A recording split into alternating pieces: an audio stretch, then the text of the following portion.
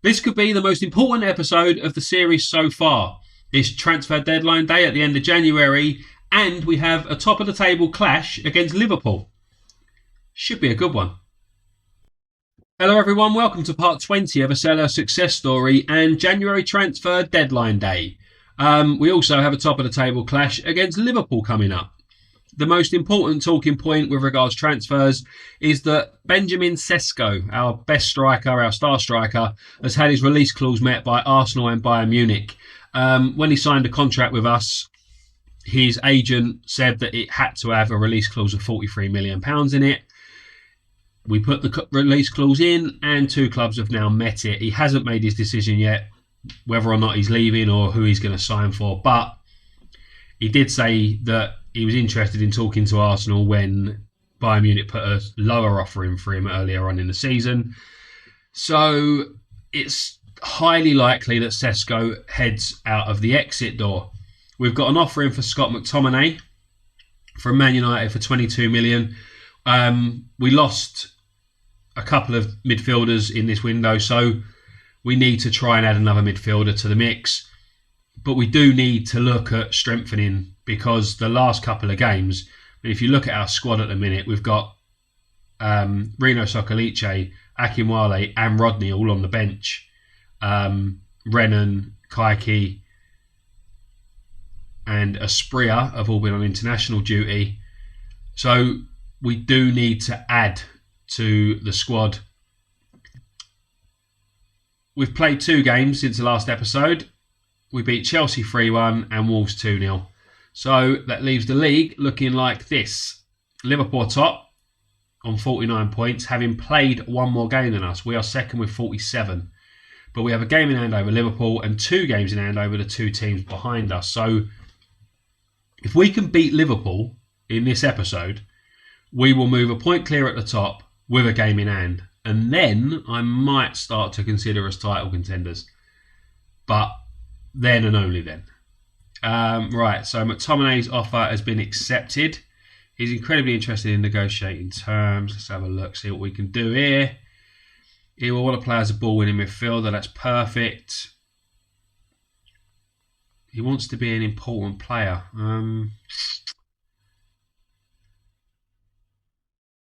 To be honest, I don't mind that.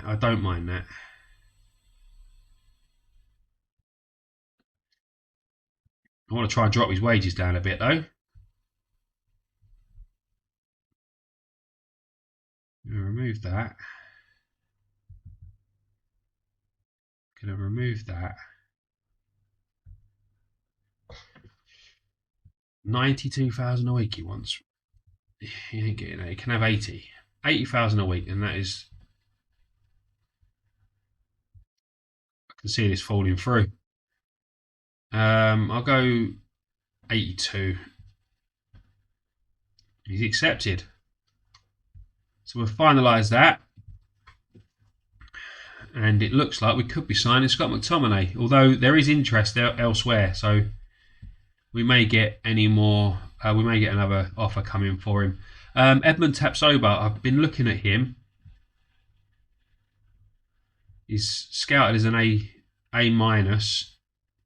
He would be our best defender, but when Kaiki and Renan come back, we don't really need one. So he's on the list. If an offer comes in for someone like Gahey or Renan, and we accept it, Tapsoba is going to be their replacement if I can get him. Man City have made an offer for Flozek. Nowhere near enough. Look, 37.5 million. I want.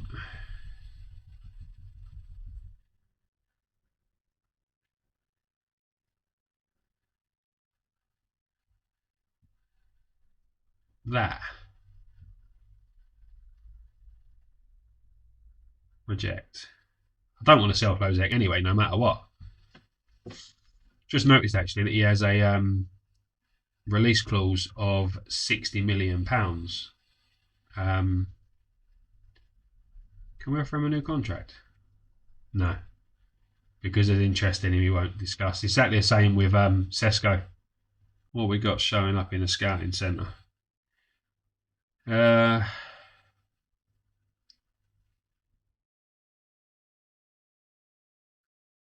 Nothing really much. No, there's nothing there that's getting me excited. Who's this fella? Harit Ibanez. 18 years old, central midfielder. Nah. No, he ain't doing it for me either. John Kaimani Gordon is going to Blackburn. We'll accept that one. Oh, done deal.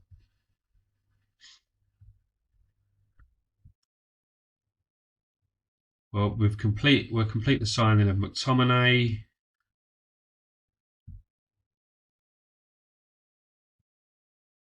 And Benjamin Sesko has left the club. It's disappointing. Very disappointing. He'd already scored 8 goals in 18 appearances this season, 14 in 14 last season in the league. 7.53 overall rating. He's going to be missed, but it's a £20 million profit on what we paid for him. We have 10 hours left of this transfer window. I'm going to go and have a quick look and see who I can find to try and replace him. I won't bore you with keeping you here, but we'll come back in a bit and see if I found a replacement. Right, we signed a striker. It's only 2 hours in game since the last time you were with me, but we've signed Mauro Icardi from Paris Saint-Germain. He's done as a poacher, 3-star striker. He's 30 years old, so he's a bit older than what I'm used to signing, but he was out of contract in the summer. He's got a transfer valuation of up to £19 million, and we paid £4 million for him. Leicester were looking at him to offer him an end of contract deal, but I thought we'll bring him in. I mean, he isn't a goal-scoring machine. He's been at PSG for the last 4 seasons. Scored 12 in 20, 7 in 20, 5 in 20, and 3 in 5 last season. Hasn't played much this season, if at all. Before that, he was at Inter Milan, Sampdoria, Barcelona. He started his career at. Where did he start his career? He started his career at Vecindario, wherever that is, then Barcelona. Decent goal scorer when he was at Inter. Dropped off a little bit at PSG, although it's still a decent return. A goal in every 4 games there. 3 goals in 5 games. So hopefully he's agreed to join as a squad player. So he will be in contention to start games, and we'll see how it goes. You can't really argue with paying £4 million for an experienced international player when you've just lost your best striker. So I'm quite happy with that deal. We were looking at Luka Jovic as well, but he wanted about £160,000 a week. He wanted to be an important player. Basically, wanted everything just given to him on a plate. And his goal scoring record wasn't much better, to be honest.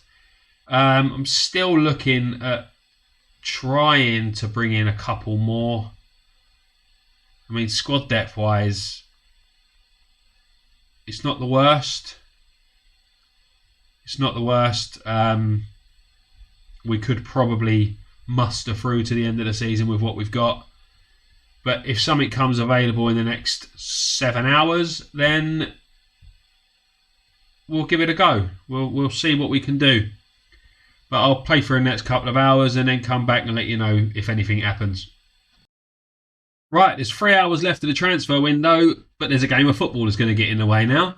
It's a top of the table clash against Liverpool. Mauro Icardi and Scott McTominay both come onto the bench, despite the fact that they haven't even trained with the squad yet. The team that will take on Liverpool is Lafont in goal, Agu, Anderson, Gurhi, Mitchell, Mansver, Camavinga, Elise, Eze. Flozek moves to the advanced forward position with Edouard as a deep line. I'm hoping to get at least a draw out of this game. A draw I'll be happy with.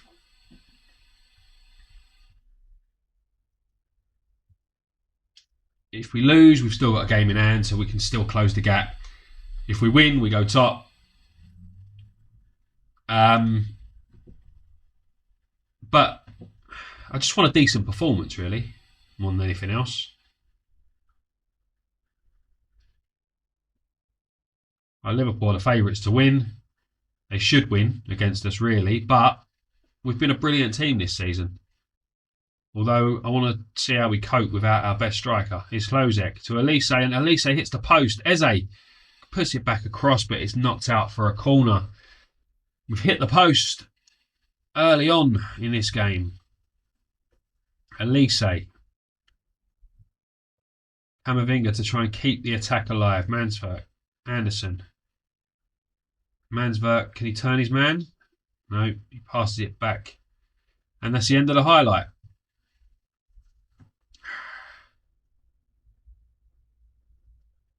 We've come close to scoring, but now it could come back and bite us in the arse because Liverpool are on the attack.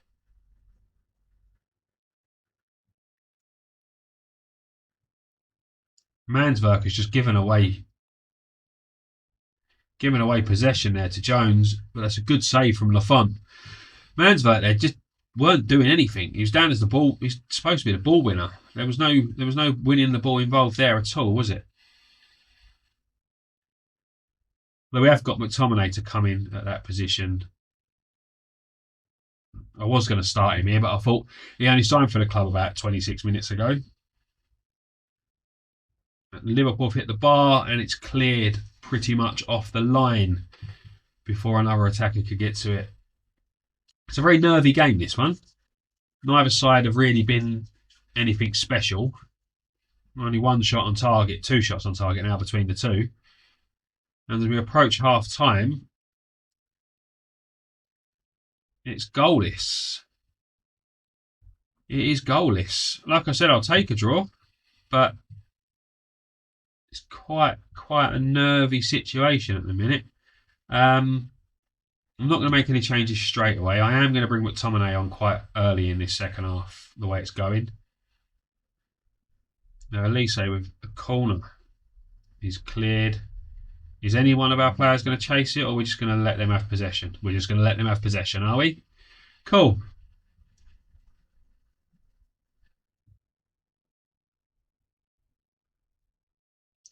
Lafont comes out to clear it. They go straight back to Liverpool. Oh, he's giving it away. Edouard, can he break through here? He can. Shoot. It's a poor effort. Very poor effort. Straight at Alisson.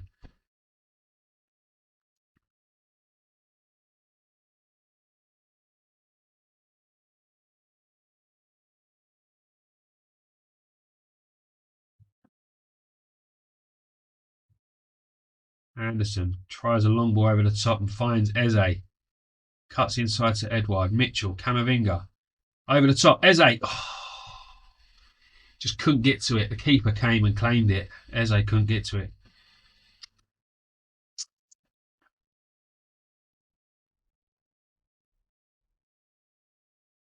Very nervy game between the top two sides in the division. Liverpool are going to get the attack here, and Jota has hit the bar. Right. I'm going to take Mansverk off. He's on a yellow. We'll bring McTominay on for his debut. He's motivated. He wants to play in that position.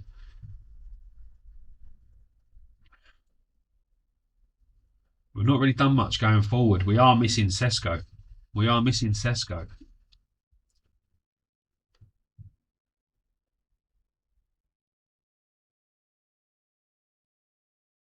Here's Edouard to take the free kick. He shoots and just over.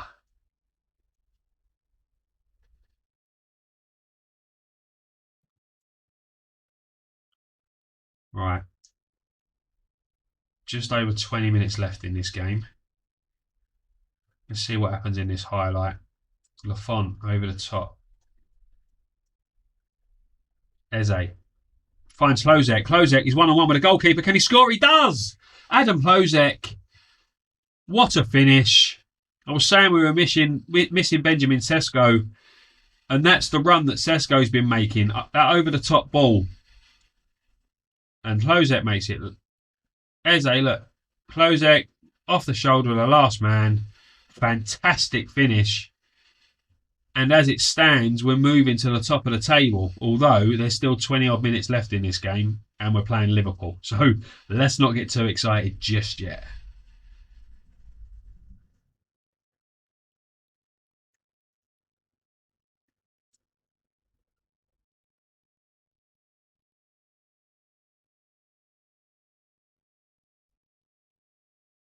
That's a horrible finish from Salah there.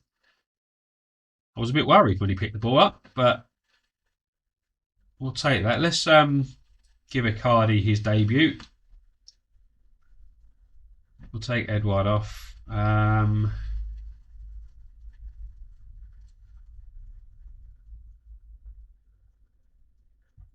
We'll play him as a complete forward.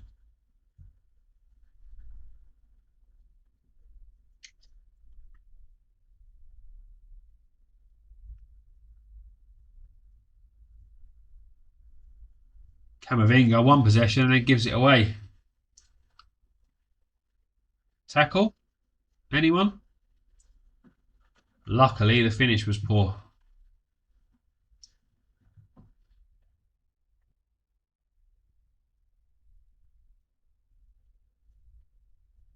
Right, let's make one more sub. We'll take Elise off.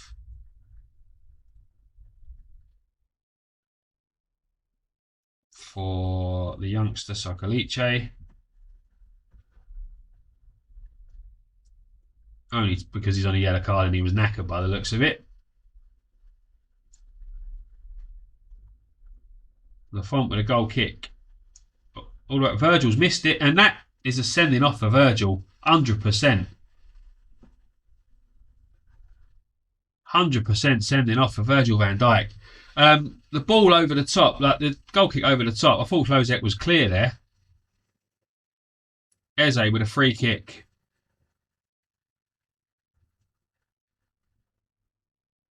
And nowhere really near the goal.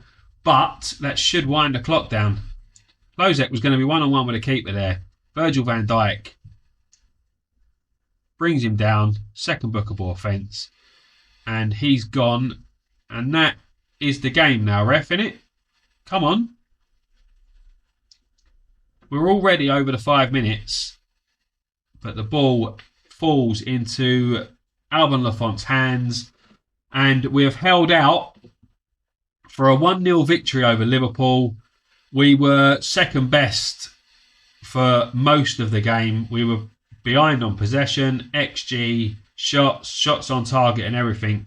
But we were ahead in the stat that matters. 1-0 victory. And top of the Premier League. Played 23 games, 50 points. We are a point clear of Liverpool with a game in hand. And I am really happy with that, to be honest. I'm going to go and play out the last couple of hours of deadline day. I can't see any more signings, to be honest. We were looking at a couple more, but if the deal's not right, I'm not going to do something just for the sake of doing it. We've got a decent squad. We've got a decent team. We've got players to come back from international duty. So I don't feel the need to go out and spend a load of money in the last couple of hours of the transfer window. I'm just going to say we'll be on top of the table for a bit. Right, the transfer window is closed. And like I said, there were no more deals in the last couple of hours. All in all, quite happy with how it went. If we look at the transfer history, we signed McTominay and Icardi. We lost Sesko and Braganza in that window that were big players for us. Chico Koyate was only a fringe player. And John Kaimani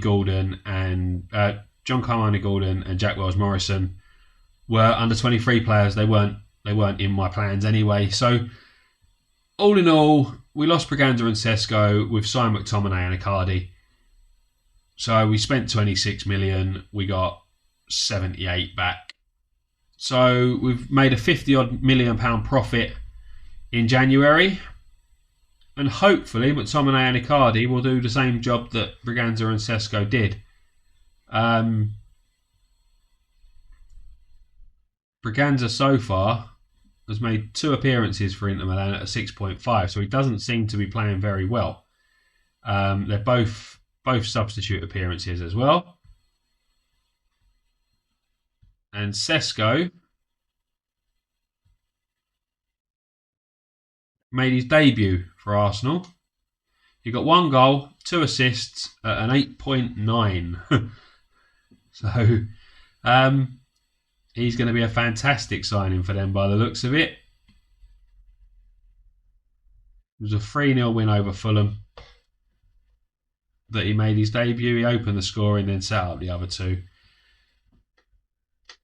And you'll get to see us play against Sesko in the next episode, because what I'm going to do now is, if we look at the fixture list, we've got Everton at home in the league next, then Liverpool away, which was a game that should have been played ages ago, or it's been changed and rearranged a couple of times. Then we've got Everton away in the Cup. Then I'm going to play through West Ham and Sheffield United away, and then we've got Arsenal at home in the league and the EFL Cup final against Man City. I didn't tell you actually, did I? Man United won the first leg of their semi-final 3-0. Man City won 4-0 after extra time in the return. So it's Man City we play in the League Cup final, and that will be in the next episode. Double header, Arsenal at home in the league, Man City at Wembley in the League Cup final. And until then, I'm going to end this episode. So thank you for watching. If you enjoyed it, please leave a like. Subscribe to the channel if you haven't already, and thank you to those who already have. It might not be life-changing numbers, but I'm grateful to every single one of you, and I will see you all again soon.